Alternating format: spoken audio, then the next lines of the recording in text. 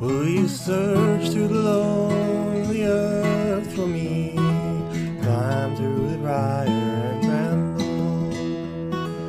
I'll be your treasure.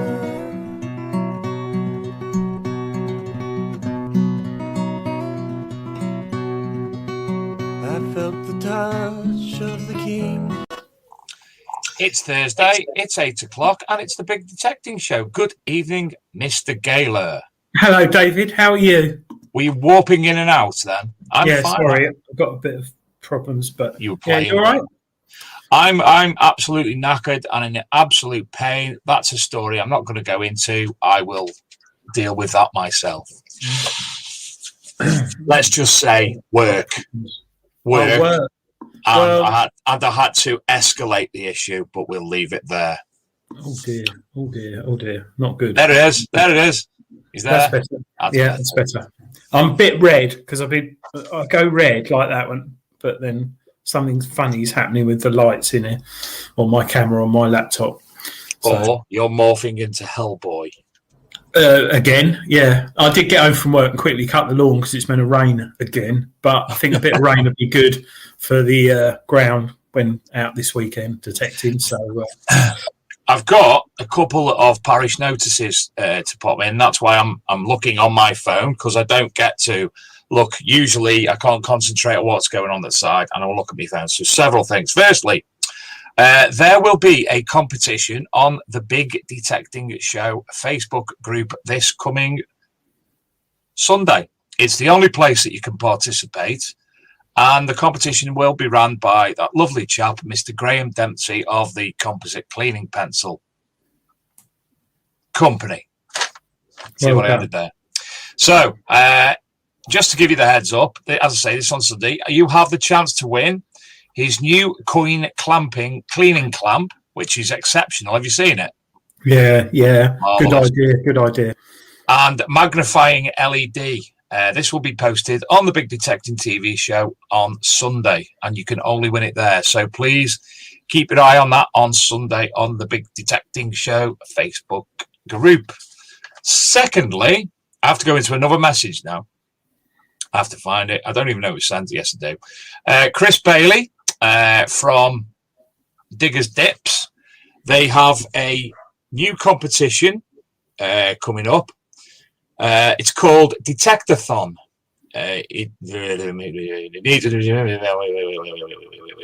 So it's a 2-day virtual detecting event. 25 prizes to be run, including 5 detectors. 100 passes available. Free entry into a prize draw for every entrant. The weekend pass is £20, and this is for 2 days detecting across 2 permissions, 25 games every day with 60 dig attempts on each. Once you have your pass and the day's digging starts, anyone can take your place. So should you be on a real dig, your spouse can take your turn for you. The fields are also open for 24 hours, so morning, evening, and through the night if required. Every item you dig is worth points, and with Roman brooches, hammered silver coins, and even dreaded ring pulls to find. Every point will take you further up the prize leaderboard. Every entrant will also enter into a free prize draw. I'll try and get the link sent. In fact, I'll send the link over to Luke and ask him to pop the video on, because I've been so busy, I forgot to do it. So if I send that over to Luke, hopefully we'll pull the YouTube video up a little bit later. When is that, Dave? I've got to find it again now, Adrian. Sorry. I was just thinking, because it's my wedding anniversary soon, so I could get that for my wife. She'd love that. That's a very good idea. Yeah, I think she'd keep quiet. This weekend? It's this weekend, the 26th and 27th of June. So I can go out detecting on my wedding anniversary, and my wife she can play it, yeah. I'm sure she'll love it. So that's available at www.diggersdips.com. As I say, Luke will bring the video up, hopefully, a little bit later. So I've done that. Now, I'm going to have a little rant, because I'm allowed, because I'm a co-host of the show. Last week, the news feed on the right-hand side, which myself and Adrian don't take much notes of because we're trying to concentrate on what we're talking about and the guest as well.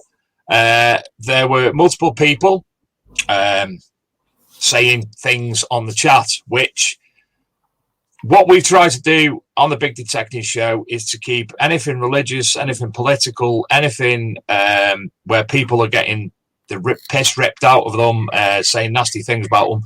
We try to control that because it's not fair. I think the worst one we actually done, where Luke couldn't keep control of it, was with the Association of Detectorists. And some of the things that were being said were quite disgusting, quite threatening as well. So that was the worst one. Last week, things started again.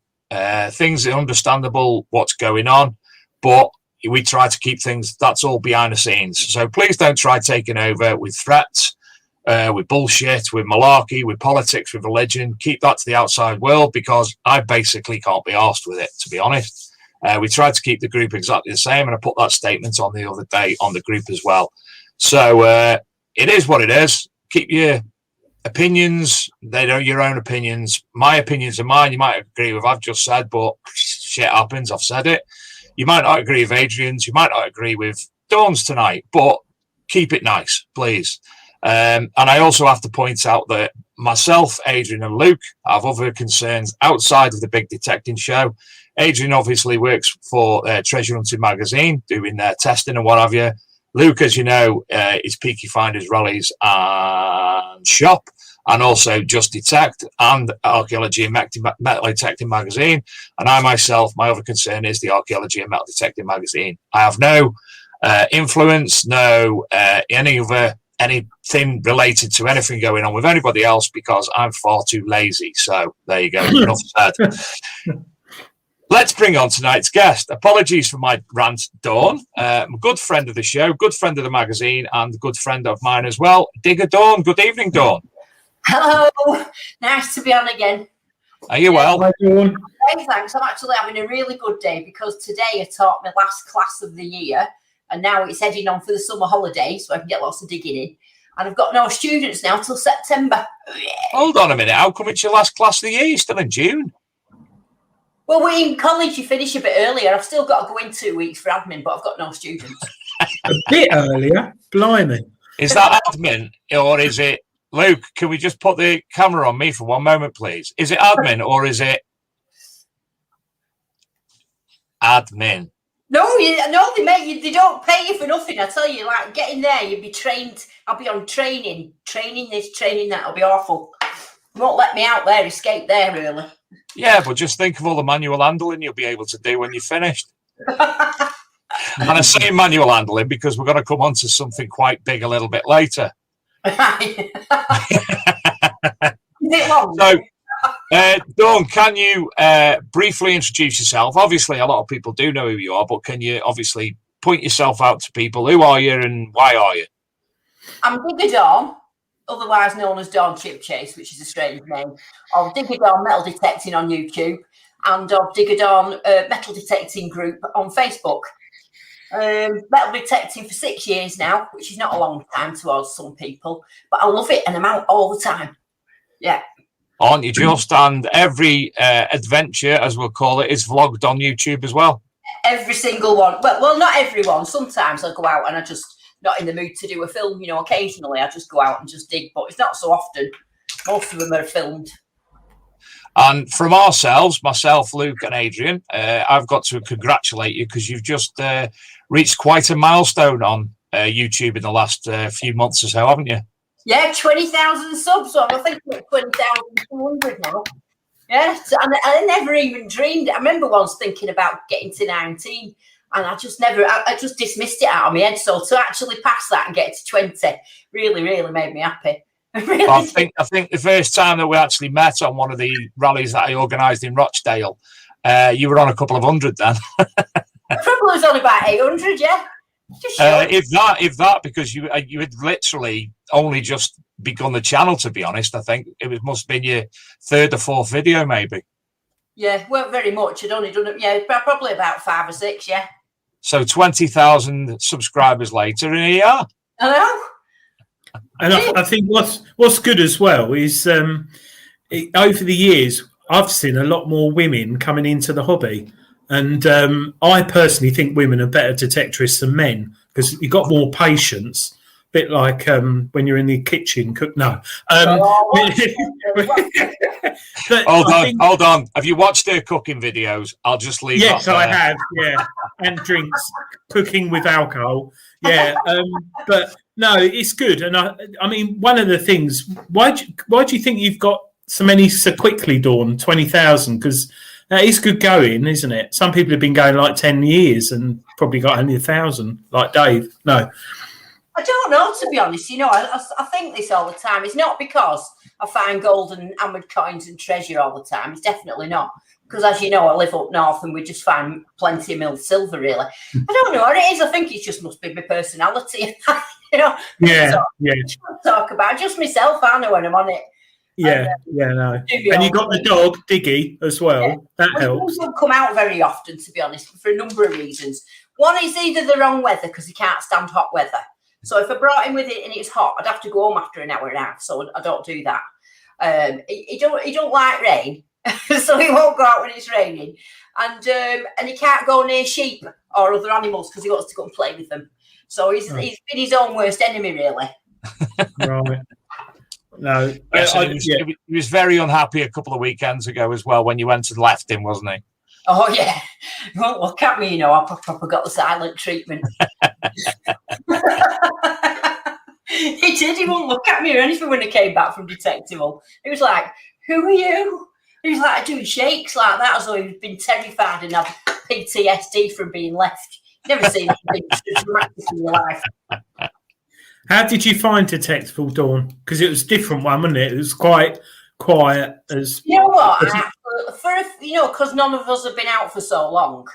I think going to one that was quite small like that, there was only about 350 people there, weren't there?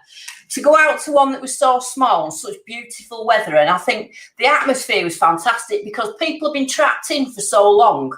But they were just glad to be stood there with people, I think. That's how I felt. I was just glad to be stood there. I mean, the digging was a bit hard going, but it wasn't about that at all. It was just about being there and I loved it, mate. I thought it was fantastic. I didn't want it to end. I wanted about another 2 days. No, I totally agree with you. On the stall, on the Archaeology Detective Magazine stall, it ended up being, I had to put the tables and stuff away because so many of us were sat there just enjoying each other's company, and we had the right laugh, didn't we, Adrian?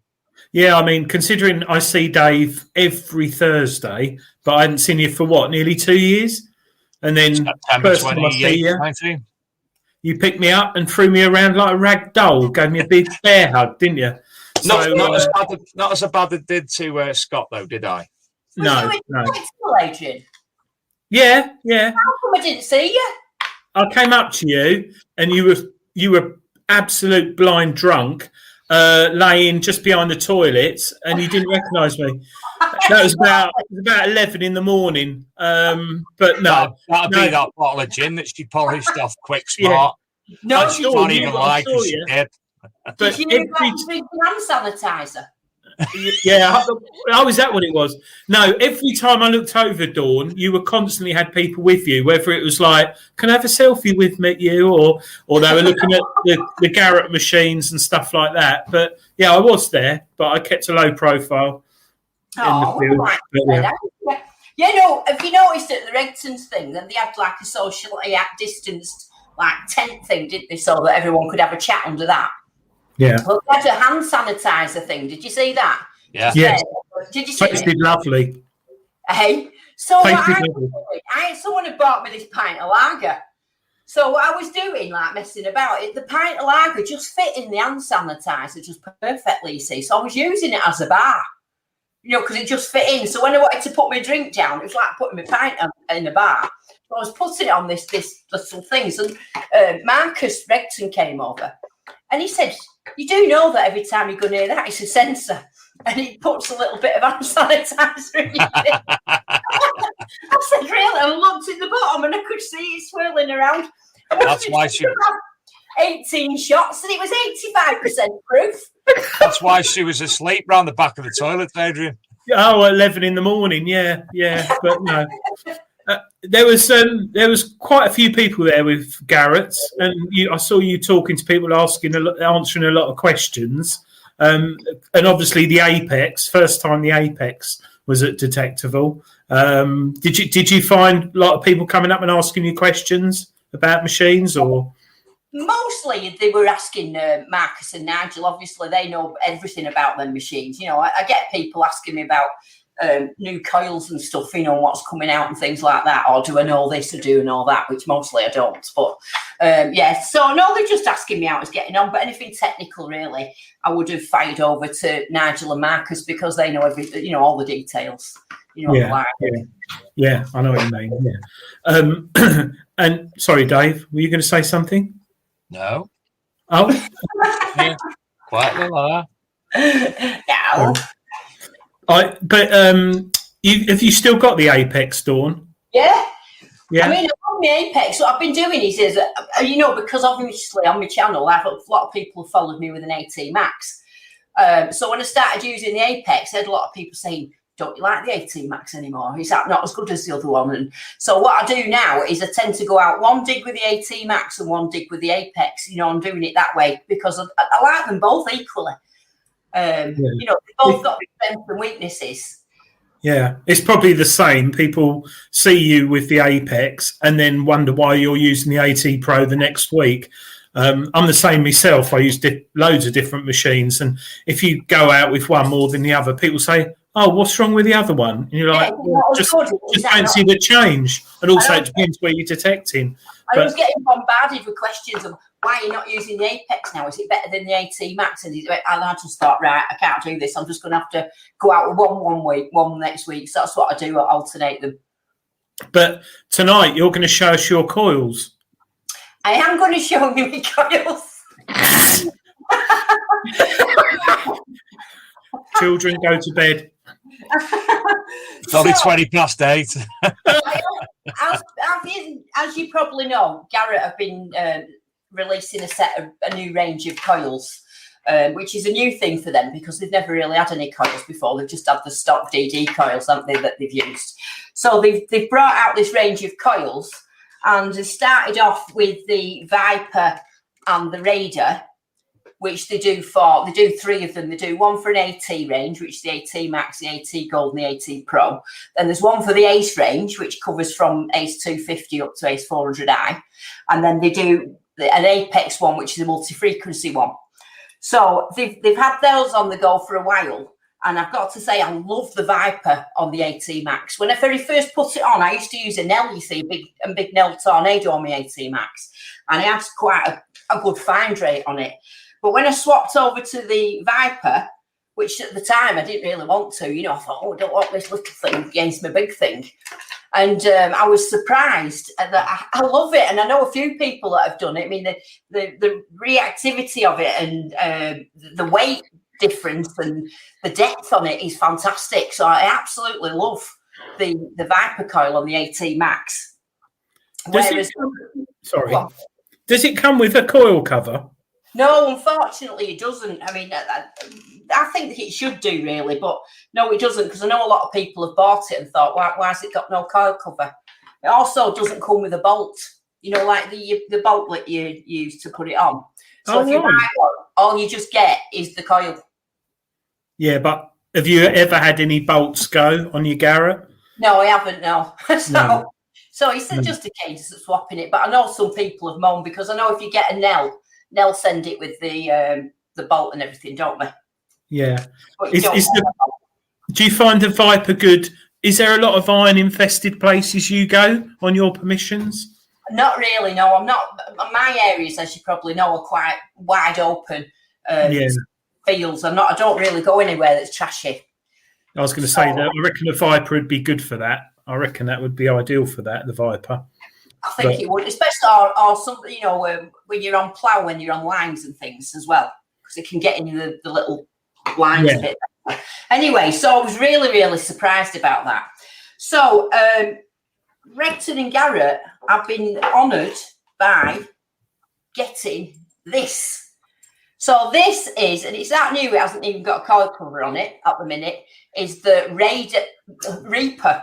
So it's the 11x14 Reaper coil, and I've got two at the minute. I've got one for the AT Max and I've got one for the Apex. Now this is the Apex one I've got here because I've not tried it yet. And if you want to have a look at it in comparison to Nell, so this is a Nell Tornado and this is the Raider. So if you look at it, it's longer, but it's not as wide. Mm-hmm. In terms of weight, I've weighed it. It's slightly lighter. It's not a lot lighter, but it's a little bit lighter than the Nell. So it's quite big. How is it for balance in relation to the Nell? Well, I've only been out with it on the AT Max once, and we had to go on a brand new permission with it because obviously we're having a lot of problems with all our fields needing cutting. You know, they're too long. Mm-hmm. So we went out on it, and I found it to be obviously the weight again increased, but it was balanced nice. You know, it wasn't too hard for me to swing for 4 hours. You know, if I can do that, you know, you should be able to do that. I found that the pinpointing was spot on with it. And bear in mind, this is a test coil. The pinpointing was spot on. You know, to say it was so big, it was really accurate. You know, like the reactivity was good. I've not tested the depth properly yet, though. And that was because this new land we went on was a bit rubbishy, to be honest. And nothing was there at any depth. And I know that because Kev has his Knox with his big 15-inch coil on, doesn't he? And he was finding stuff sort of same depth as I was. So there wasn't really anything there. So we're going to go to a different field this weekend with it because I really want to try and get a good gauge on the depth of what he's getting at. And if I can't manage it this week, I'm going to do something in my garden. I'm going to dig a big hole and try and sort it out that way. But yeah, up to now, I'm liking it.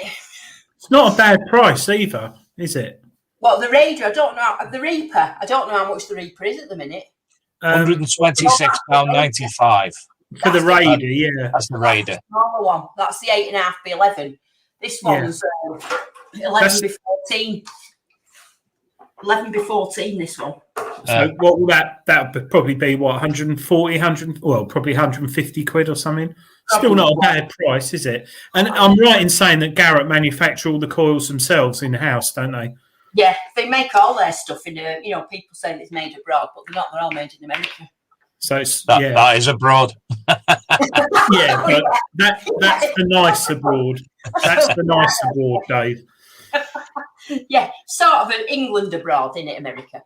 Is it? So, what have you got on the Apex, Dawn? At the minute on the Apex, I've got what have I got on it? I've got on the Apex at the minute an El Tornado, and I've done that purposely because again I wanted to have a good measure of what the Nell Tornado and the Reaper would be like, in comparison. Yeah. So I was using a Raider on it. I like the Raider on there, but I've took it off, put the Nell on it, just so I can see, how it's working, so that I can compare the Raider to the Nell. So I've been out with that a few times, but I'm going to go out with the Nell next week. Marcus from Regton says it'll be between 140 and 150. Yeah, good price. Good price. And Dawn, don't fear the Reaper. Don't fear the Reaper. It's a great guy. Are you going to take them on the beach, Dawn? Or I know you don't do the beach, but I'm not going to do the beach. The reason being is one, I don't like it. I would like it the beach if I was in somewhere like Norfolk or the East Coast or something. But my beach is Blackpool, and I know people pull up stuff from there, but it just doesn't inspire me the same. And I know that we've got some, Regton have got some good, like Felix Stowe 180 Hunter. He's a beach detectorist, and he does a lot of good beach stuff, and he knows what he's doing on a beach. So I'd rather stick to what I know me and, stay on ground that I understand rather than, going on something that I'm not so sure about. I'd leave that to people that know what they're doing. Yeah, I'm same as you. I've living down in Essex. We're not too far from beaches, but I always tend to get the people who've got how will I put it? Problems come up to me and start talking to me. So don't know how to use a metal detector properly. Well, the last time I went detecting with my mate, it was last year. A guy came up to me, and all I can say is he thought he was Rocky. So he was punching in the air and doing kung fu kicks, but he was early 60s and very overweight and had camo on and said, have I ever shot a gun and have I ever killed anyone? And I just thought, oh, God. And he followed me for about yeah. Is this one of your stories or is this real? I've got film footage, Dave, because I've got film footage of the guy doing karate kicks on the sea wall at Southend Seafront, and then coming over to me and punching like that. So I just can't be bothered with it. And there is a lot of ring pulls and so much rubbish is chucked in on the beach. I mean, you're digging up near me anyway, disposable barbecues, ring pulls, bottles. You might get the odd fag packet with a wedding ring and £20 note where someone's gone in the sea. But Norfolk and around there is lovely. But I'm like Dawn, I haven't got the patience. I'd go occasionally with machines. I only went the other week with the Quest Q60, but it wasn't Southend, it was somewhere else quieter. And I did have a good day actually, but yeah, I've got fields and I enjoy fields. So yeah, I enjoy good pasture, big pasture. That's my favourite. Yeah. Unless it's got like flint half an inch under the grass. Like it last week. Yeah, and I like nature as well. You see all the muntjac deer and stuff near us, and we have wild boar in Essex as well. So you see all them rummaging around. Enjoy it a lot. Very much nice. Right, Dave. Like yeah, I was just imagining, seeing the wild boars in the wild. That sounds it's quite scary because they're big. But my permission, I've got springs coming up, freshwater springs with rivers and streams, and it's lovely. Is it gushing? Yeah. Yeah. Just wondering. Yeah. So no. I prefer being on fields and stuff. Dawn, I've seen those. Seen those? Yes. Oh, God. I want them. Rubber place mats. I seen I think it was Julian Evan out of Treasure Hunting magazine shared a post somewhere and I saw them. So I emailed the guy for them and they're fantastic. I paid for them and they came like next day near enough. So I've got him and Eddie Penny. I've got I don't know who he is. Does anybody know who he is? Looks like he's got rollers in. He looks startled. And I've got him. That's a nice thing. He's got a shaft in his hand there. And then this one Do you know why that's my favourite? Go on. Because I only found one. Yeah. I found one. Eddie Penny. Marvellous. Yeah, the fantastic. I'd take it. The quality is good as well. Oh, they're fantastic. I mean, they're really, really well made. I think they took the guy over a year or a couple of years to make the mould. They're latex, aren't they, Dawn? Yeah. Latex. They are. They're latex rubber. Dave, don't get excited. I think they're £25, aren't they, Dawn, for 4? £25. There was no postage on them or anything like that. And you could just pay by PayPal or anything else like that. I think, if you like things like this, which I do, to put my gin on, obviously I don't want to spill my gin. But I just think they're lovely. They're just like really tactile as well. Yeah, I think they're really nice. I think if you look on the Facebook treasure hunting page, Julian put something up there, didn't he, Dawn, about them? I shared in my group as well. But, for a gift or a present for the detectorist that has everything, those are really, really good. Yeah, that's a good wedding present, wedding anniversary present for my wife. She'd love those. I can see shit. But she can put a drink on it while she's playing on Digger's Dips while you go out for a couple of hours or the day. Yeah. Yeah, but the quality on them as well, they're perfect. If you look at the detail, really, really pleased with them. What's the girth of them?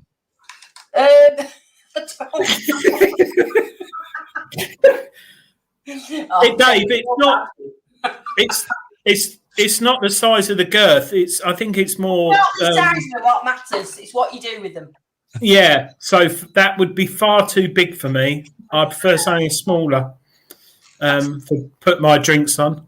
I've just noticed, Dawn, you've got your sunglasses on your head. That's part of your trademark, isn't it? Well, no, I've just put them on because I've got big roots, really. Actually, I must learn from that with my hair. Yeah, that'll work quite well. Yeah, Adrian, your roots are coming through, mate. Look, I know. I'm leaving them, you see, for Detecticon. So I've booked in the hairdressers a day before Detecticon so I can get my roots done. So I'm just letting them grow a bit. So, yeah, so that look, there you go. So you can't tell I've got big roots now. Yeah. There you go, Adrian. You're not going to Detecticon, are you? No, I'm not allowed. It's me and Mr. Dempsey all the fault at that one, then. Yeah, I'm not allowed out of Essex because I'm not. Have you tag on your ankle? Yeah. So my probation officer said I'm not allowed out of Essex. So I'm really looking forward to Detecticon, probably the most out of this year, because I'm going to that. I'm going to Rodney Cook Rally as well, which I'm really looking forward to. And I'm going to the Detective the week after, so it'll be a bit of a wreck by the time I think I get there. But I'm looking forward to Detecticon, only because it's in the northeast and it's a really Romany area, that. So I'm hoping that I can find a fibula or something like that. But what's even more exciting is, as you know, my last name's Chip Chase. And this dig is 8 miles away from Chip Chase Castle. Oh, really? Ooh. Yeah, so I shall be going there, Chip Chase Castle, having some pictures. Well, I'll be there, and I'll be at Rodney Cook, and I'll be at Detectival as well. Adrian, what are you going to? I'm going to Rodney Cook, but not Detectival. Detecticon. I'm going to Detectival summer. Spring, summer, autumn. Well, it'll probably because Spring Detectival was in the summer, and it was all getting confusing. But I'll be at I won't be at Detecticon purely because I've got things to do at home, and also it's 5.5-6 hour drive for me, so quite a way. But we'll see how it goes.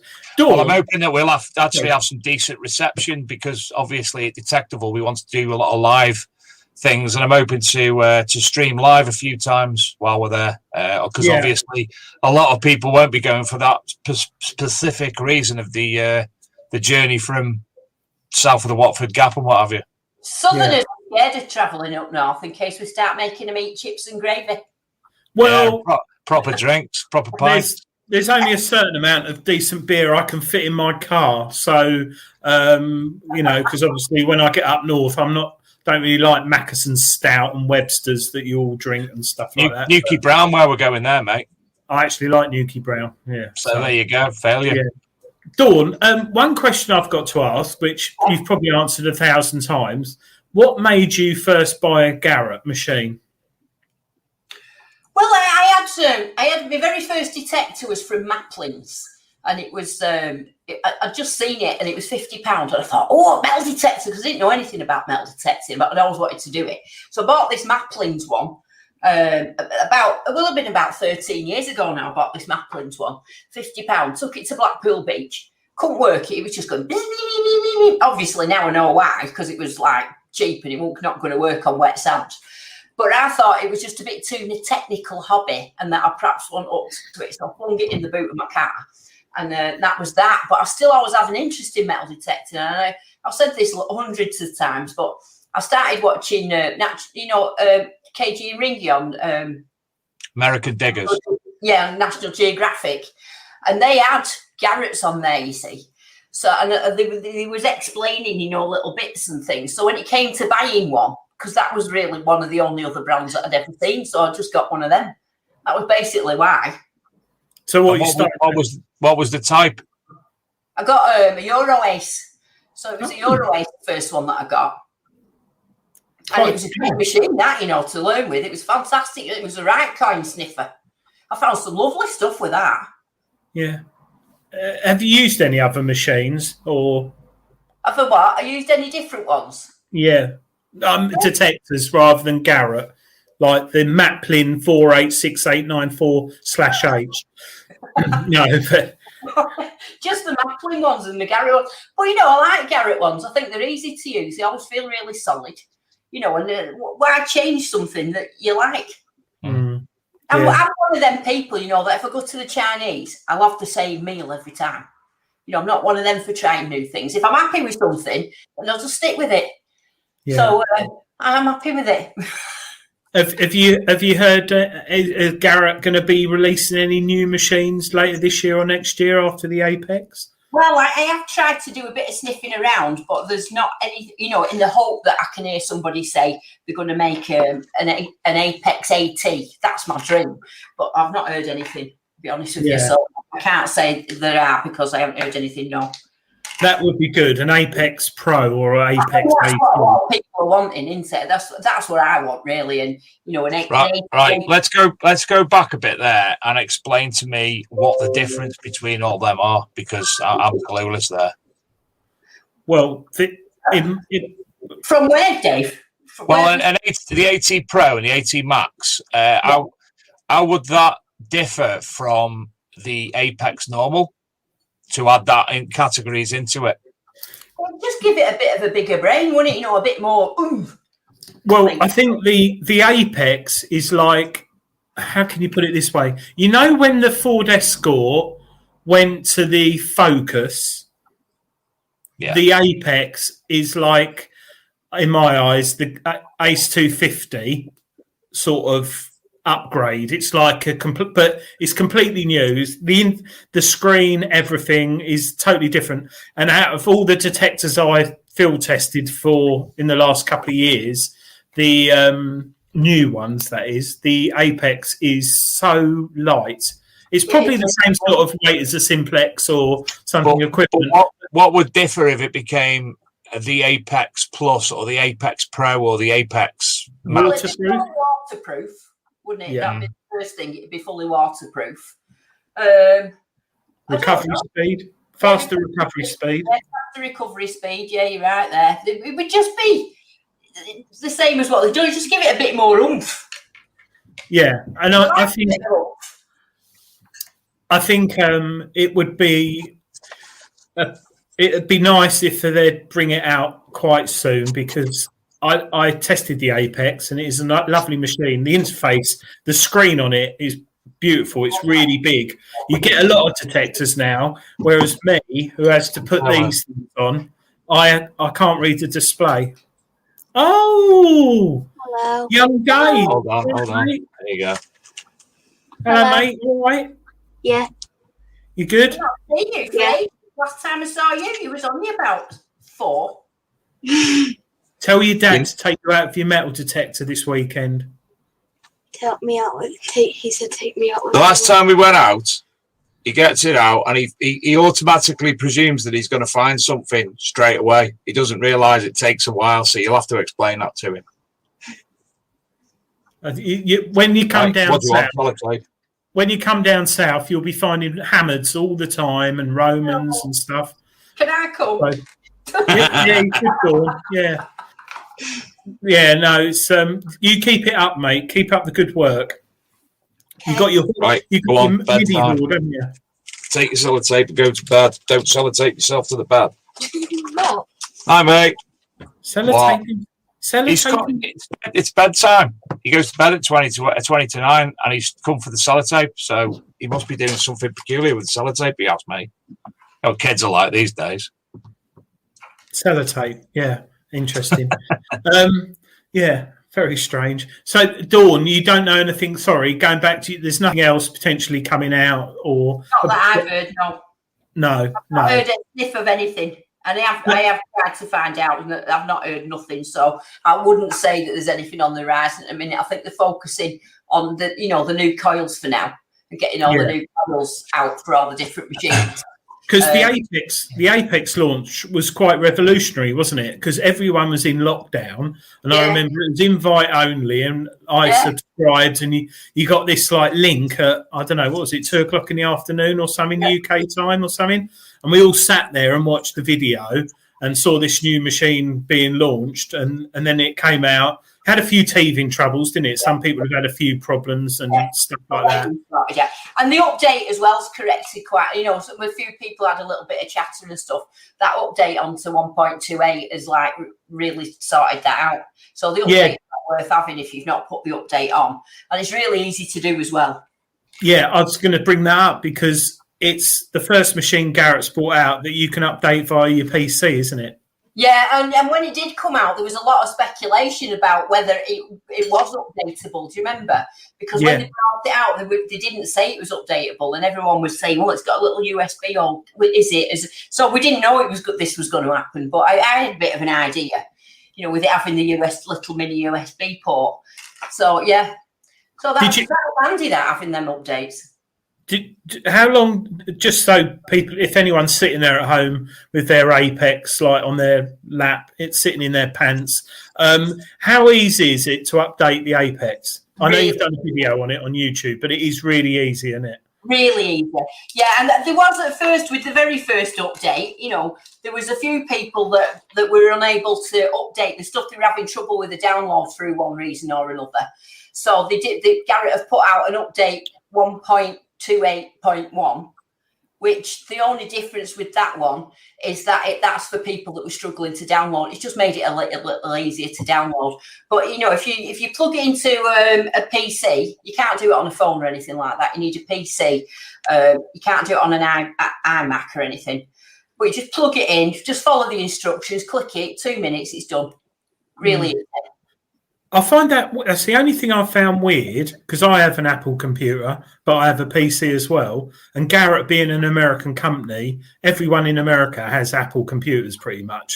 Like we all have iPhones. So it'd be nice if Chavs.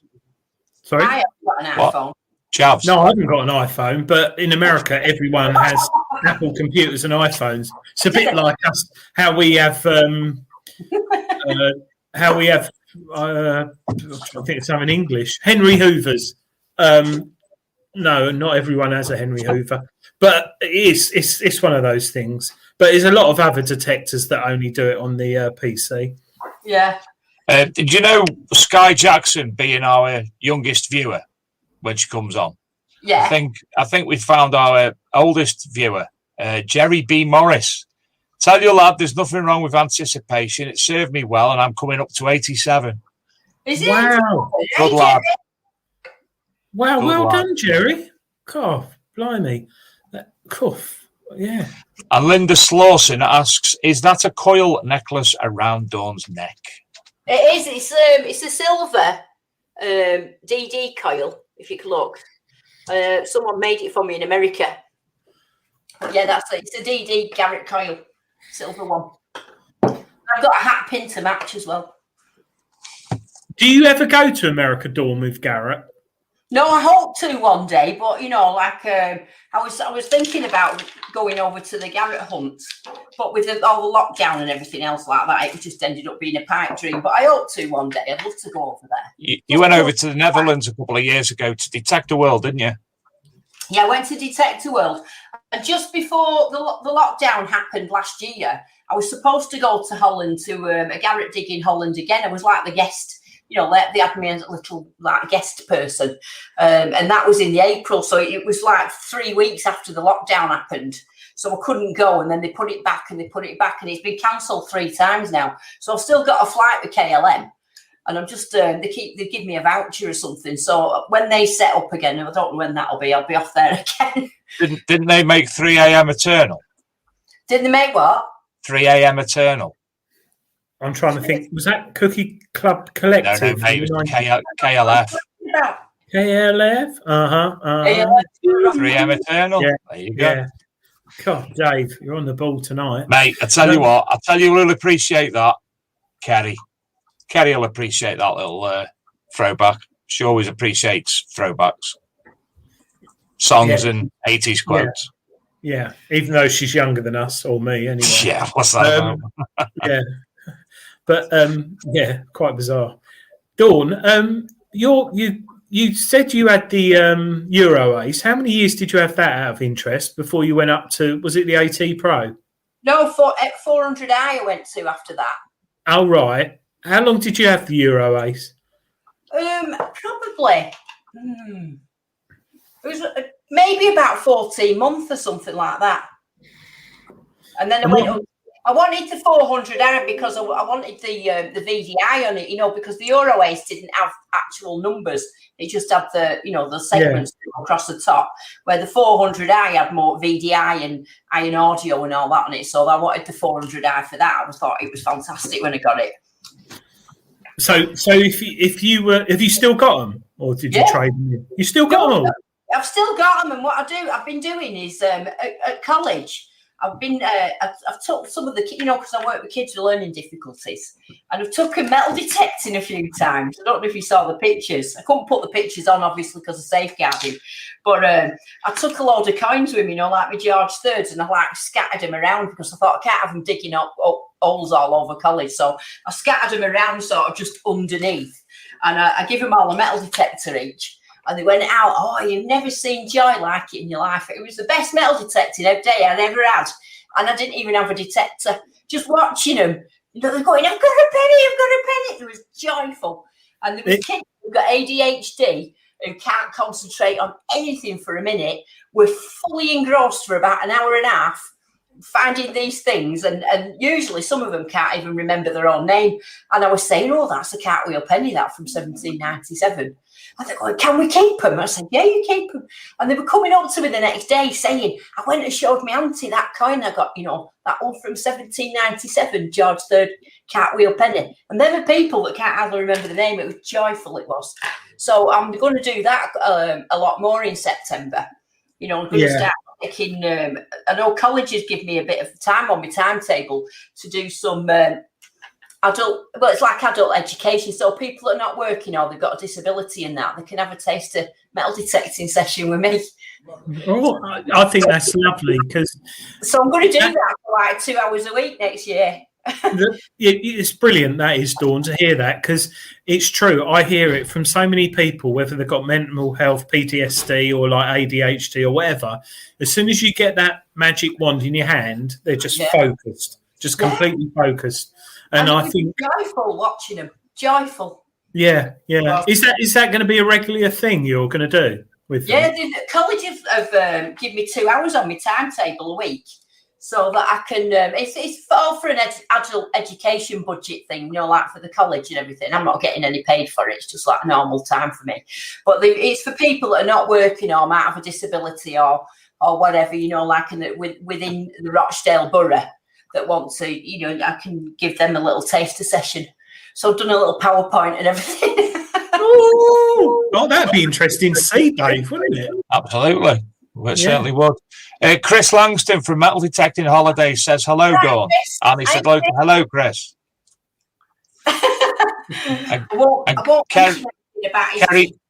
Kerry said the 90s want their references back. Who want the references back? The 90s. Keep it going. Yeah, keep it going. 90s. I've actually got a couple of questions from Luke in the private chat. Obviously, you know KG and Rengi really well from American Diggers, and they've recently started the Running and Gunning podcast. I think that's right. Yeah. What are they like in person? They're exactly the same as what you see on the TV, on the podcast. They're the nicest pair of blokes that you'd ever come across. And they get on so well. You know, I've never seen two people get on so well. They just laugh all the time.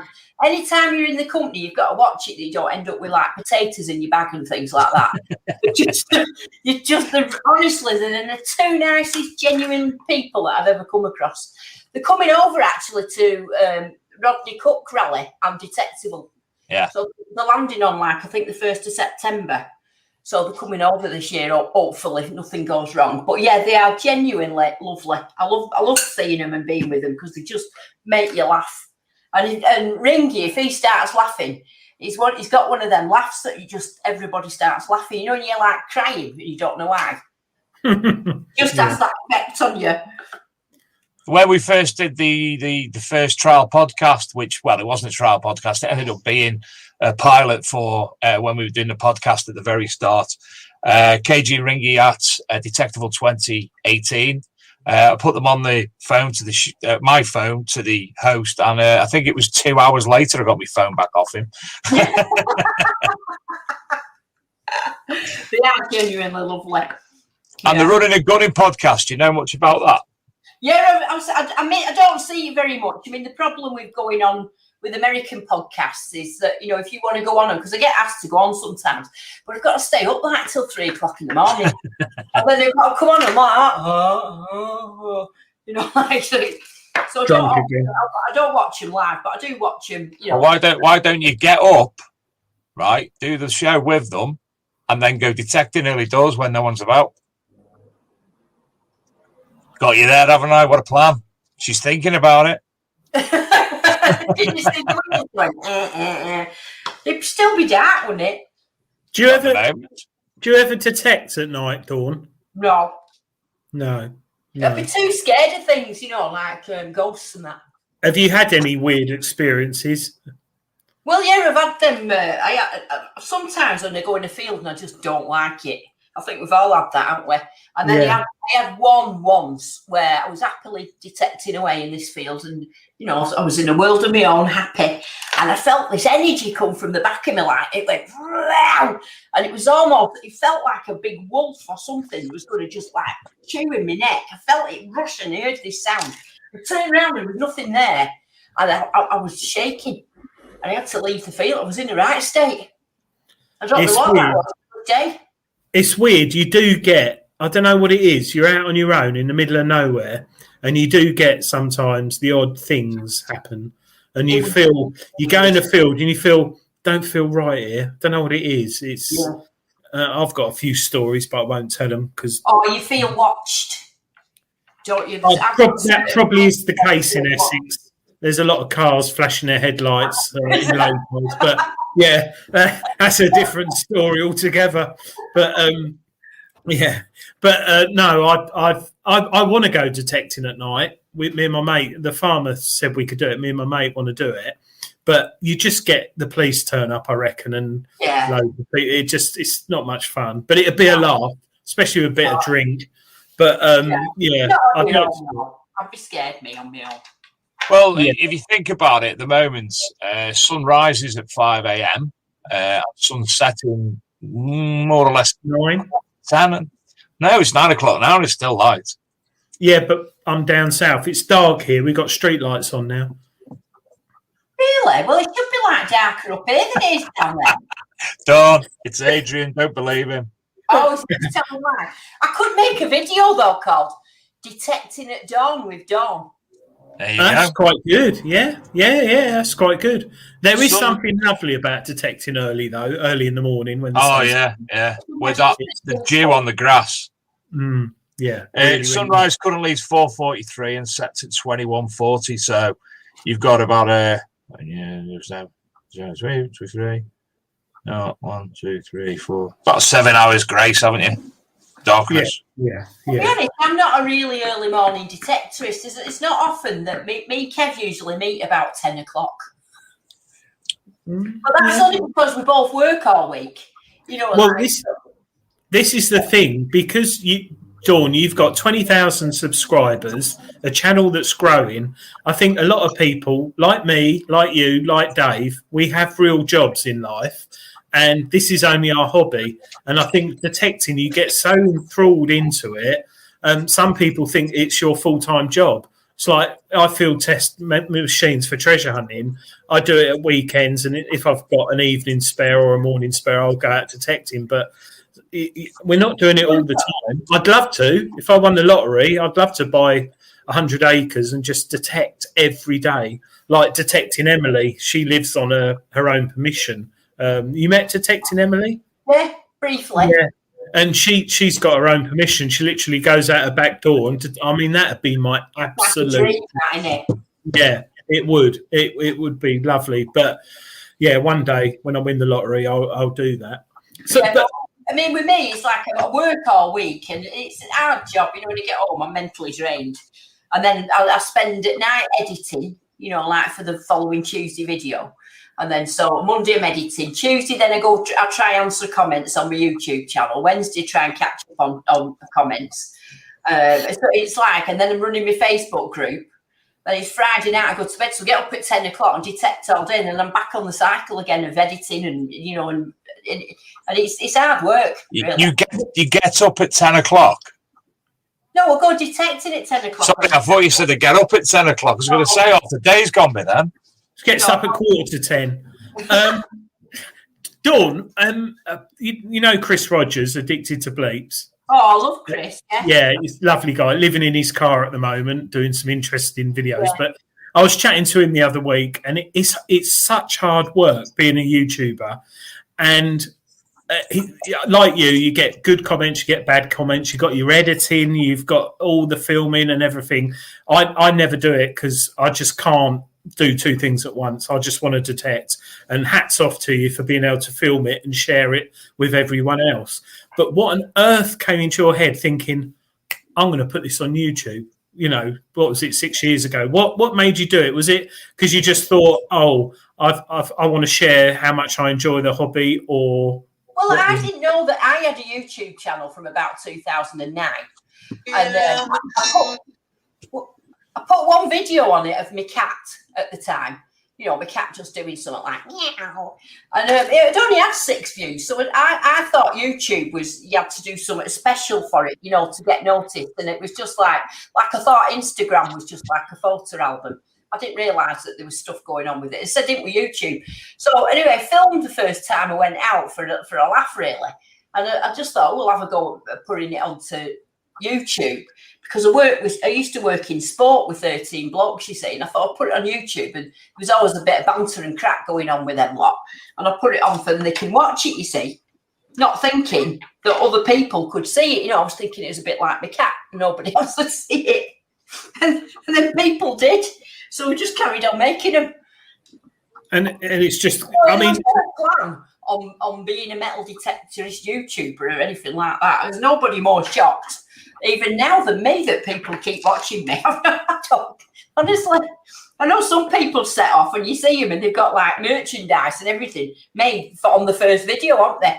Whereas I didn't have anything. I don't even have any stickers made till I got to about 12,000 subs. Yeah, it's true. I noticed that. It's true. You were just, just went out there and enjoyed yourself, didn't you? And filmed it. And I think that's why the channel's grown so much, because you have a lot. Because I didn't know what I was doing either, because of complete donut. And it took me to work out what discrimination meant, and I kept thinking, what does it mean? And then I found that Facebook and Facebook groups, because I found them sort of afterwards, and I was asking people, what does discrimination mean? And I was getting all this technical jargon thrown at me, and I thought, I don't know what you're talking about. And that's why I keep things simple sometimes. When I do things, I keep things very, very simple, because I realise that there's a lot of people out there that's the same as me that I was when I didn't know what they were talking about when we were talking in jargon. So I keep it simple purposely for that. And I think that's been one of my strengths. I think that's been a strength. I agree, because some people, I think, are put off the hobby when you do get overly complicated and start talking about, your recovery speed, your discrimination and response speed and stuff. And at the end of the day, and you can with a Garrett quite easily, just, on the low end ones, turn it on and just go detecting and enjoy yourself. Yeah. Can't you? Yeah. So, I mean, Dave, he struggles technically, don't you, Dave? Oh, I ain't got a clue. I'll hold my hands up when it comes to technical malarkey. I've been doing stuff in the past, metal detecting in the past, and I've been known to stop doing what I'm doing, watching Luke's videos or ringing Luke up and saying, "What do you do with this now?" It's true, though. Yeah. And the other thing that I think that I do that's, I don't make a video and say, I do find a lot of milled silver. That's because of where I am. But, on the big scheme of things, I've not found anything that I could ever declare as treasure. I've got a Bronze Age axe head. That's my best thing. But, most of the time, the stuff I find is just your general old, like Edward VII penny and stuff. And I appreciate everything that I find, and I love everything that I find, cleaning it up and stuff and thinking about what went on. So even if some are from 1902, might not be very old, but if you look at 1902 and the clothes they wear and what things cost and all, you start appreciating it a bit more. And I remember a guy my very first coin that I found that was old was the George V penny from, I think it was 1917. And I thought it was the crown jewels. I thought, I can't believe it. I found this thing. I was so happy. And I remember it was on Facebook because some guy said to me, "Oh, just throw that in the bin." It burst my bubble, and I thought, why have you just done that to me? Why have you just ruined me? Everything like that. So I always try and celebrate a find, no matter what it is, because everything is an history, and everybody dropped it, and everything's good, and you found it. And if it's round and you found it, it's good. Yeah, it's true. 100% on that, definitely. Dawn, Nicola Roberts asks, how do you find the music on your YouTube channel? Where'd you get the music from? The music in my channel comes from within my editor. So I use Filmora, can't even say it, Wondershare. And what comes with that is a load of different types of royalty-free songs. So you can use any of them. So I think music, I love music, and I think music can make a big difference to something rather than just putting anything on. And I do spend hours trawling through and listening to them all to see what's perfect. So you might just hear something little. I've put a lot of effort into that music. But I think I stumbled on Bird on a Tree, my intro music. It's only a free song. In fact, the guy who wrote it is from Indonesia, and he actually sent me a message and thanked me for using his song. So really? Yeah. So especially like your Benny Hill remix when you find silver and the dance. Well, I've had to stop using Benny Hill as much because I was getting copyright things on it. Oh, really? Yeah, for 10 seconds. It wasn't. I wasn't getting in trouble for it, but I was losing all my monetization on each video. So I was making a video and losing all money on it for the sake of like 9 seconds music. So I've had to stop it. So that's why I've not had it on for a while. Oh, you're going to have something else. I'm trying to think who could replace Benny Hill. No one really. Well, I was having the same problem because I used to use Silver Machine, didn't I? Yeah. And I was having the same problem with that, so I swapped to a Benny Hill one, and that was all right. Then I was getting like these copyright threats. Well, I'll take your money off you. So now I've got some banjo music, which I think fits well. Yeah, banjo music. I'm just looking at our YouTube channel, ArkMD Mag TV, and I don't go on there often. I upload stuff. All the show goes on with a podcast that goes up there, and I don't do much on there. Remember that question that I asked at Detectival, Dawn? Yeah. I've actually got 664 views. What's that about? That's my biggest ever. What's your favourite hob ring? And I done one last weekend, a 13-minute video, and I edited it, I think, really well, etc., etc. It's got 8 views. That was me driving the steamroller. Do you know what, Dave? With YouTube, you can't work it out, right? I can have a video. I mean, I've put some videos out. I put loads of effort into editing them, like made sure everything's good. And I think, it's going to crack it, this video. It's going to be great. It does rubbish, right? And then I put another one out where I'm just talking rubbish in my garden for a minute. 100,000 views. Well, I put a bottle digging one out the first time I went bottle digging, and I went with Chris Langston bottle digging because he found this bottle dump. And I tell you, from beginning to end, we was laughing on that video, and I thought it's going to do really well. And it was like 2,000 views down on what I usually get, and I don't know why. It was a cracking video. It was proper funny. I fell down a rabbit hole and everything. Still got the scar on my leg, actually. All right, Alice. I fell down a badger hole last year. I've got nothing for the badger. I could do Alice down the rabbit hole, but I've got nothing for badger. I just stood there on the ground like that. I just stood there talking, and it gave way under one foot. And my foot fell right down to my knee, and I had a cut all the front of my leg and all blood dripping down, and all soil in my shoe. I was bottle digging. It's the first time you've done it, isn't it? Oh, it was hard. It was so hard. I ended up doing the end. I ended up doing bottle looking while Chris was doing the digging. I was just looking at the finds, and then I went on. So I thought, it might be like metal detecting this because neither of us knew what we were doing. And I thought I'll go for the low and slow method. So I got the sawdy spade and it was just scraping away at the top, like seeing what was coming out. But Chris was really he was finding loads, but he was digging a big pit. With me, I was just like scraping the top. And it was that hard. I just had to keep sitting down. I thought, no, it's a bit hard this for me. But did you get any sexy little numbers? Yeah, I got some nice little bottles, yeah. Brought some of them home, and I really enjoyed it. It was a fantastic day, proper enjoyable. If you haven't seen that bottle digging video, you want to watch it, it's funny. I love bottle digging. Absolutely love it. I'll do it again, but I'll go a bit more prepared next time. I've never had the pleasure. I do have the promise of a site locally metal detecting at a farm, and the reason I found out that this person had the farm is because they'd ploughed the fields and brought up a load of bottles, so there's definitely something going on there, and I'm just waiting to the okay to go along. So I wore shorts, me, thinking it'll be hot. I thought I'll wear some shorts. So I went shorts and got there, and it was like knee-deep nettles. So I was already in trouble there. Then I fell down the rabbit hole, and it was just like a pain fest. Everything was out. I was getting nettled all over the show. In fact, I had a thing with it, because I've been suffering with an allergy, with like hay fever. It seems to be worse every time I go down south, and I think it might be different pollen. It is in parts of the country. Yeah. Yeah, you were bad. You were bad at Detectable, weren't you? Really ill, yeah.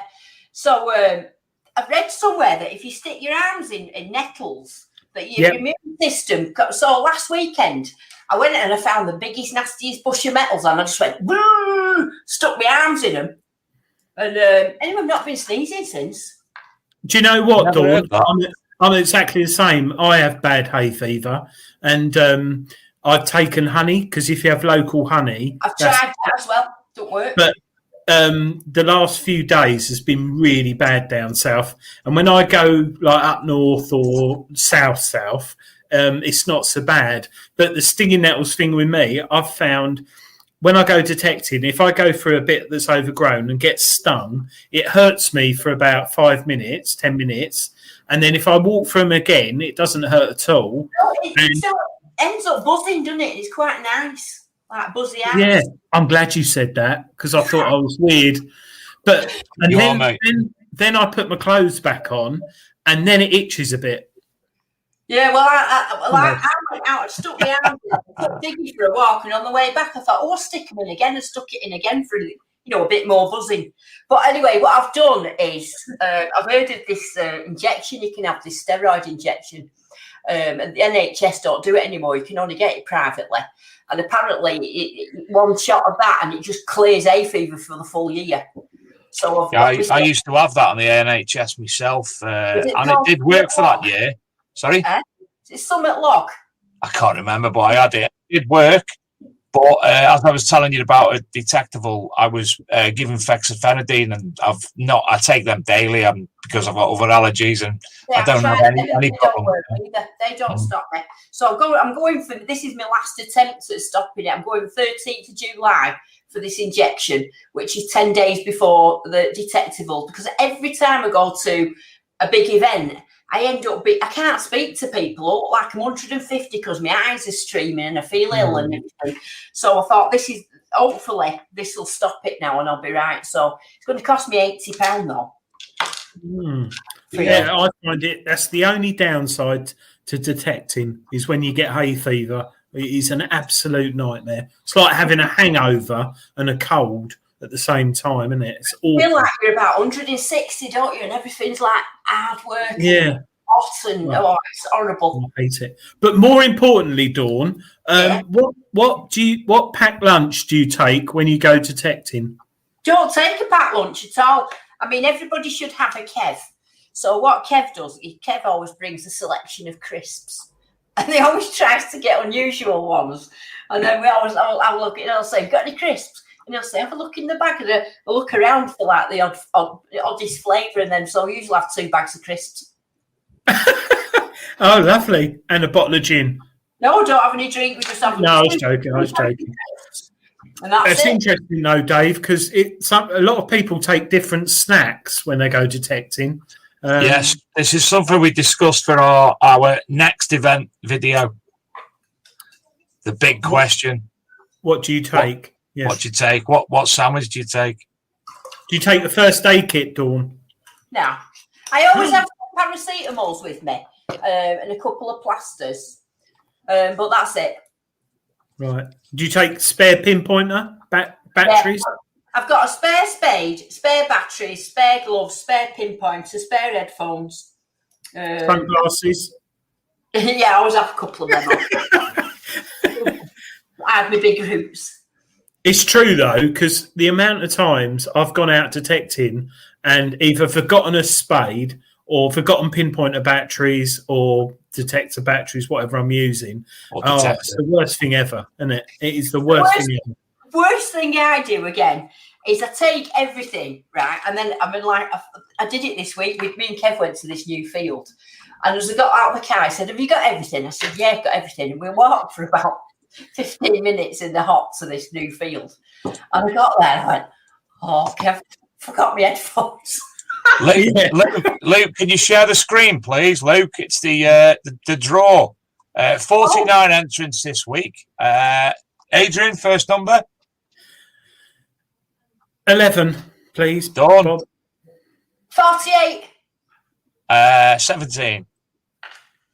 And the first prize tonight, brought to you from Diggers Dips, is British Artifacts Volume 1.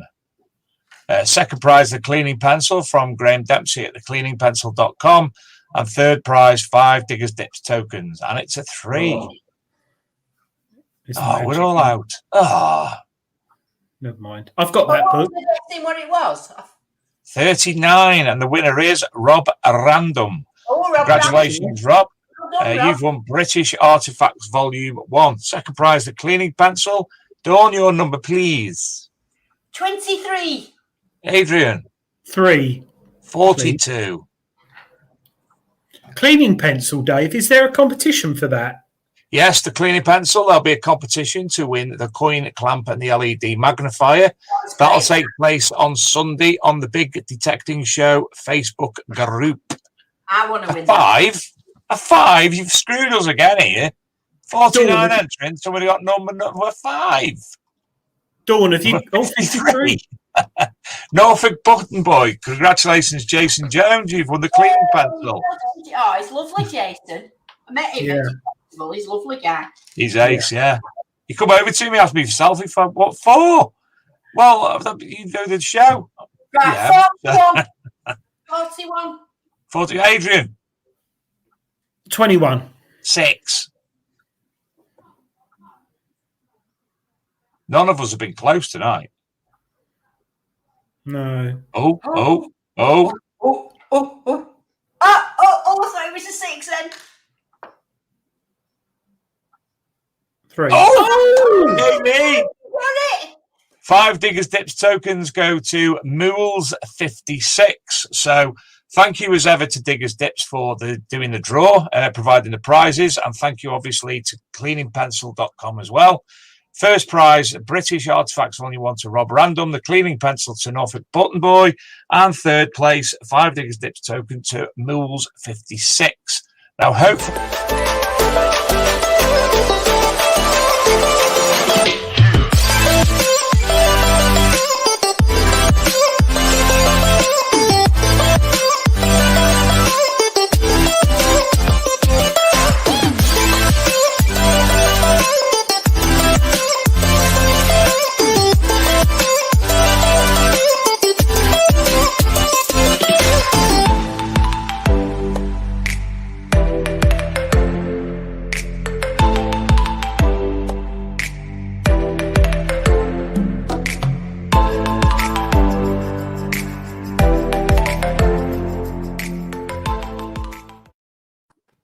Now, don't forget as well, we spoke about at the start of the show, Detectathon by Diggers Dips this weekend, which is running for the entire weekend. Lots of prizes included, 10 detectors to be won, I think.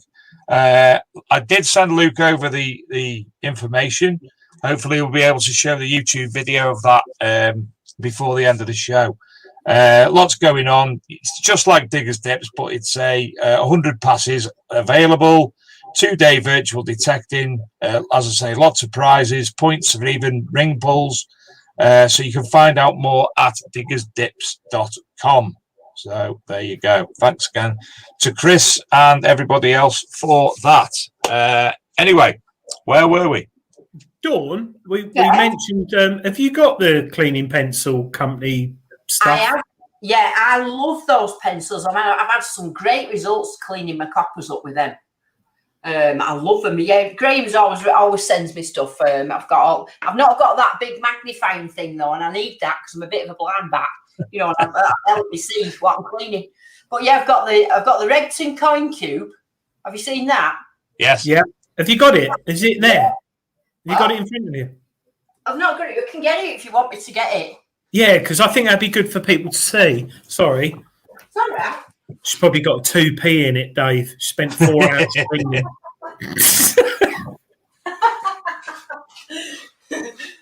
So let's see here what I've got. That's your pencil. So cheap, £6. I tell you what, the new product that he was showing us at Detectable that's not in the range yet. Again, another fantastic product, isn't it? Yeah. Oh, great. Really good. Yeah, so anyway, I've got this is my little cleaning basket. It's my little I keep it all in here. So I've got all my stuff because he sent me. I've got the cleaning cart thing there. That's good. I've seen it. Yeah, I've got one of those. Yeah, I've got one in front of me. Anyway, this is the Regton cleaning cube. I don't know if you can see. So it's well used, as you can see. So it's got all different sizes. So it's got like a big size and a smaller size inside. So, and this unscrews, so it's like on a spring. So you just fit it in the hole that's right. Tighten it up like that. And it doesn't half make a difference cleaning. Honestly, it's really, really good. Really good. Sweet. How much is that, Dawn? It's not cheap. I think it's about £23 or something like that, but it's well worth it. It's made cleaning a joy. Oh, a bit of brasso, silvo in there. I cut this. Yeah. Oh, this is on my little clip. So I've got my silvo. Yeah. And I've got in here. So I've got my little magnifying glass here with a little light on it. I don't know if you can see it. So for when I can't see, that's most of the time when I'm reading like that. I've got me wax. I love that wax. Preserve it wax, and you can see I've used loads of it. That's brilliant. And then this is what I really like, this with the preserving wax, which is the we'll wait till it comes back on. This artifact cleaning powder. Yeah, don't take that abroad with you. I know it looks a bit dodgy, doesn't it? Yeah. So I'd end up in prison, wouldn't I, for drugs? But a bit of that mixed with this So what I usually do is I get one of my little cloths here, put some wax on the cloth, and then I dip it in the powder, and then I can rub silvers and stuff, and it brings them up beautifully. Or it cleans up, yeah. So that's what I use, and then there's the pencil, which is really good because you get like, have you seen the end of that? It's Diggy nicked it and chewed it up. I had the pleasure of spending the entire weekend at Detectival with Graham, and I made a small video of him. He actually instructed me on the correct manner to use things. Myself and Niall Bailey. Niall was mesmerised cleaning because he'd never used it before. He was mesmerised by the pencil. But he gave me an old Roman to try and clean up, and it come up absolutely pristine, didn't it, Adrian? Yeah, I think above all, Graham is a lovely bloke, and it's nice. He's such a nice guy, and he knows his stuff.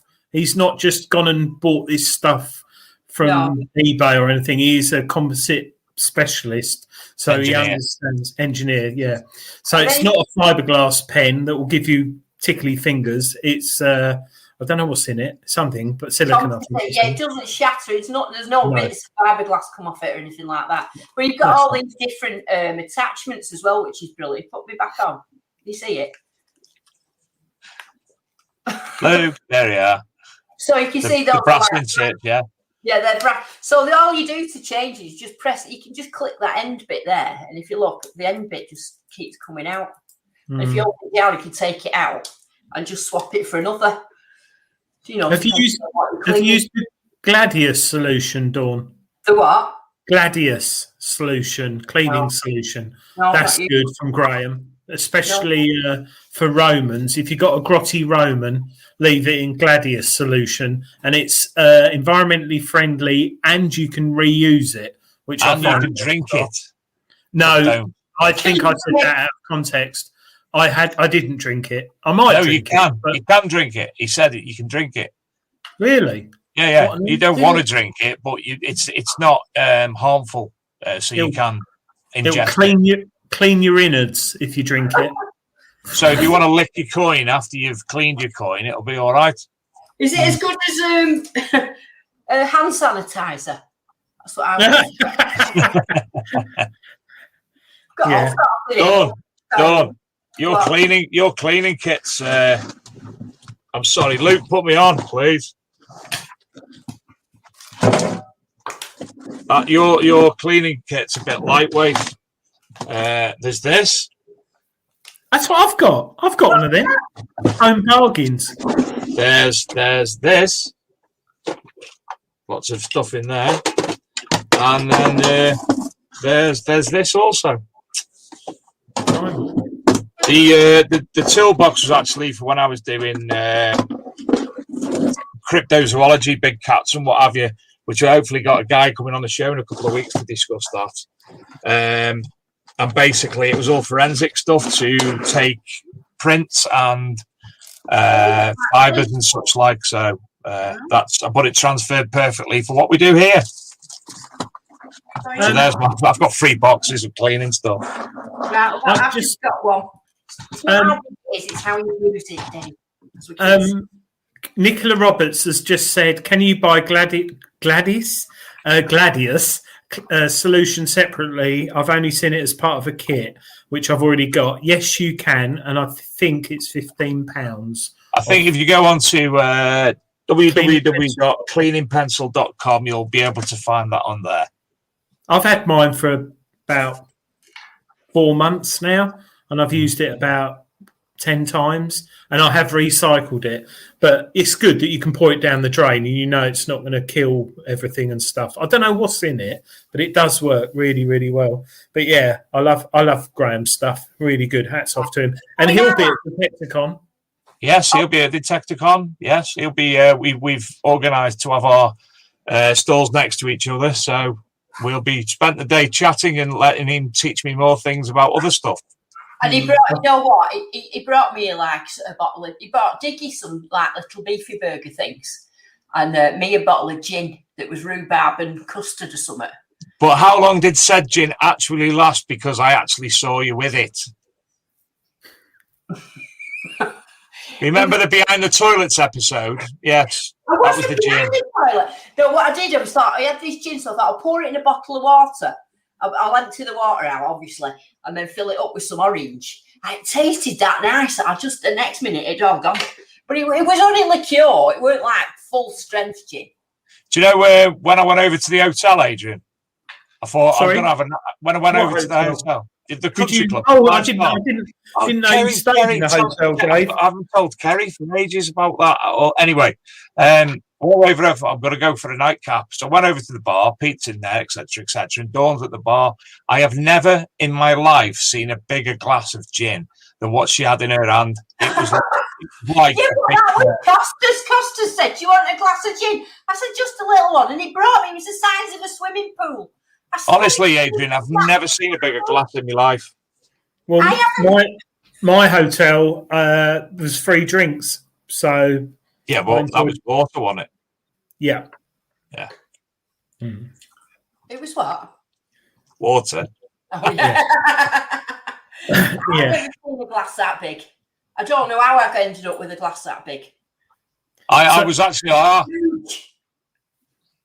It was. You could actually make if you went to a party and you put all your different spirits in and what have you in a massive bowl and you had your like it was like that. With a little. My green screen's gone. Oh, yes, yeah. it has, hasn't it? You're not as red now, though. No, I'm not. I'll just leave it. Why's that happened, Dave? Computer says no. Computer says no. I might. Oh, I've sod it. It's because That's my wallpaper anyway. I'm in the kitchen, so it's wallpaper I've got in the kitchen. I've got my kitchen, but I've got a little decorations behind. I know you have Viper Multiflex. So sorry, Dawn. Going back to the coils, the big one with a lot of girth. When will that be? Yeah, when will that be available? There. Go on. When will that be available? Do you know? I don't actually know at the minute. I wouldn't like to say. I know this is a test one, so I don't think they're in production yet as such, but they won't be that far off. Right. Okay. Probably Redtons will know that better than me. Possibly, I don't know. Well, I think Marcus is in the chat, so he might be able to tell us or something. I'm not sure. It might be that they're doing a test and they get ready for bringing them out for like September. I don't know. I'm only guessing. I've no idea. I've got to say, Dawn, I do like the T-shirt as well. It's a lovely little one. What's a lovely little one? Lovely little T-shirt. What, this one? Yeah, it's great. That I like that. Do you like it? Yeah, well designed. Very well designed. Yeah. Also, I'll have to point out as well, for those of you who obviously I've got this, and Adrian, we've got the Archaeology Melt Detecting Magazine one. I've got to give big ups to Detecting Wear UK as well, where you can get a range of Archaeology and Metal Detecting Magazine and Big Detecting Show merchandise from. I'm only pimping it. Don't be silly. I don't make any money. I've told Steve I don't want any money. It's there for I'm just obviously giving people things if they want it. But released today, Just Detect merchandise, Detectable merchandise, and Metal Detectives merchandise available from Detecting Wear UK. Google that and you'll find it no problem. And there's lots and lots of other things on there. In fact, look at this. Luke's bringing it up. And there's the range. Very nice it is too. And quality-wise, Adrian, you'll say exactly the same as me. It's tremendous, isn't it? Adrian. Oh, is it just gone? He's gone. Well, it is. It's very good anyway. It is. And you can't give him enough applause for the turnaround and getting it to you as well. If you look on the right, you can see the scale cards and mats, which Dawn showed you one of the scale mats before. T-shirts, hoodies, and lots of other things on there. So where's Adrian gone? Detector Wear UK. They're mint, they are. I'm definitely going to have to have a look at them. They are good, you know. Mm. I mean, they're not cheap, but they're so well made. And I've been just playing with them all night. Well, he's back. Sorry. This big man in a field come and attack me eating cake. Proof that you can do both. Yeah. Detect and Cake. So sorry. I'm just looking for the name of the person who makes them. Hang on, I've got a letter here. Hang on.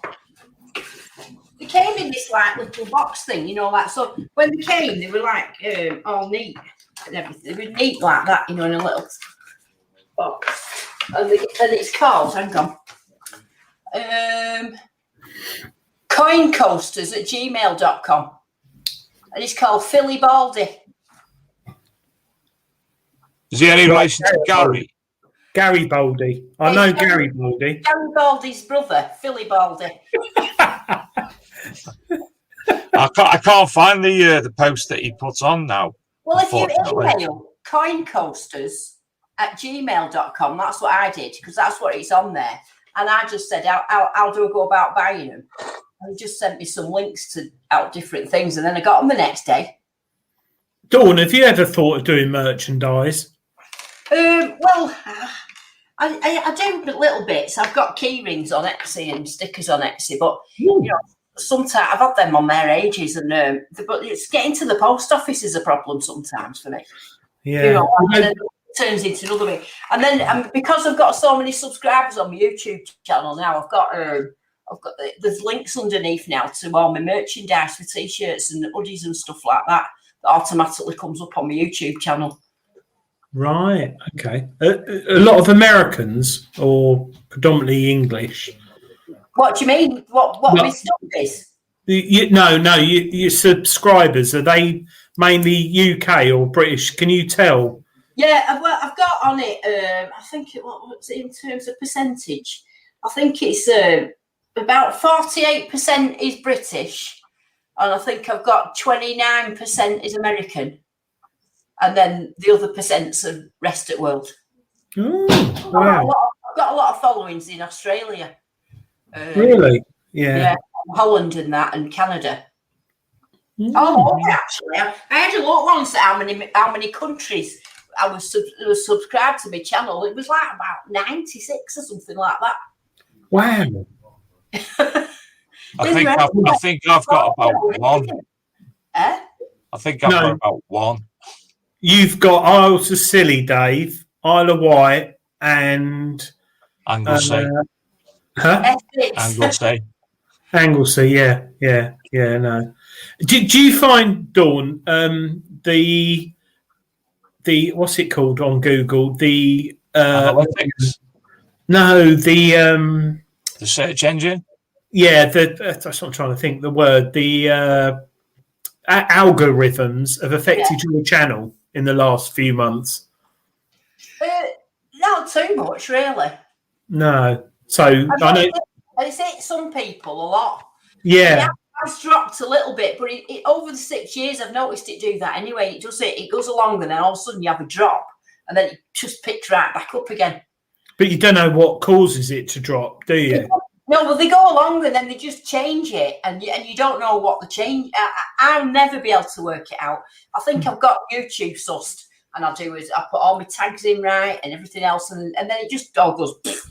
And I don't understand it. Like I said to you before, I can do a video that's absolutely cracking, and it's got good thumbnails on it, good content, everything, and it does rubbish. And then I can put some rubbish out, like talking in my garden, and that does 100,000 views. Yeah. Can't work it out. Weird. It's weird, isn't it? Because I've spoken to quite a few YouTubers, and they've noticed, like, the last 3 months it's been up and down, and you just can't tell what it is. Like you say, you can put something up which you think's a load of rubbish, and it gets loads of views. And then you do something really good, and it gets like a few hundred or something like that. It's really bizarre, and it's such a shame in a way. I think mine's not too affected because my subscriber base are very loyal. I've got mine's not all random people. I've got a big base of followers, you know, like, so I can put a video out and it's more or less my subscribers that'll do 2,500 views in one night.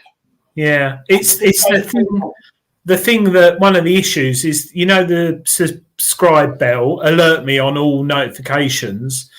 That doesn't seem to be alerting people. So I've seen videos from people I've subscribed to with an alert when they publish a new video, and it doesn't alert me. Well, they've got a thing on the bell now. So before you had to just ding the bell, and that was enough. 2 now, aren't there? Or Now 3. you've got to ding the bell, and then there's a drop-down box. Do you want to just watch some, all, or what YouTube chooses for you? So if you want to see somebody's video and you want to make sure you see them all, you've got to click the bell and then choose see all. Which is good for new subscribers, but not for existing subscribers. Yeah, they don't know that. So No. they're just watching, and I think it automatically defaults to something like what YouTube chooses for you. So if YouTube decides that you might want to watch that video of that subscriber, it'll send it to you. But if it decides that you don't want to, No, that's right. I went through and updated all mine. So if anyone's watching tonight, do it. Especially on our show, Dave, isn't it? Mm-hmm. Yeah. So that's the thing with it. You have to click that bell now and choose all. So what's your favourite hob on the oven, Dawn? You've asked me this one, and it's from. She's looking at her oven to remember which one. From left. Top right for me, every day, all day. Top left for me. Top right, without a doubt. Gas. Anyway, it's moving on. Dawn, have you got anything else to add before we leave? Nope. Mr. Gaylor? Dawn, your toilet roll, do you have it hanging over or under? No, if anybody has it hanging against the wall, we just need a good slapping with a towel. Thank you. No, that's all. Thanks, David. It needs to be hanging over that way, so you can just pull it down neatly like that. Right. Yeah. I'll find the thing later for you. The what's it called when they send it when they've done something in the patent. I'll find the patent later and show you the exact way it was patented. Yeah, if you mind, Dave. That way, what me and Adrian have chosen. Well, I use Izal medicated, which comes in a box. So no, that's from the 70s. Right, Dawn, it's been an absolute pleasure as ever. Thank you for joining us tonight. It's always a great show with you on board. And we'll be back next week, myself and Adrian. Not anybody does want to be a guest on the show, please give us a shout and we'll organise something. I'm doing things on the thing. What's the word? I've lost the word. Good night. Internet. Bye.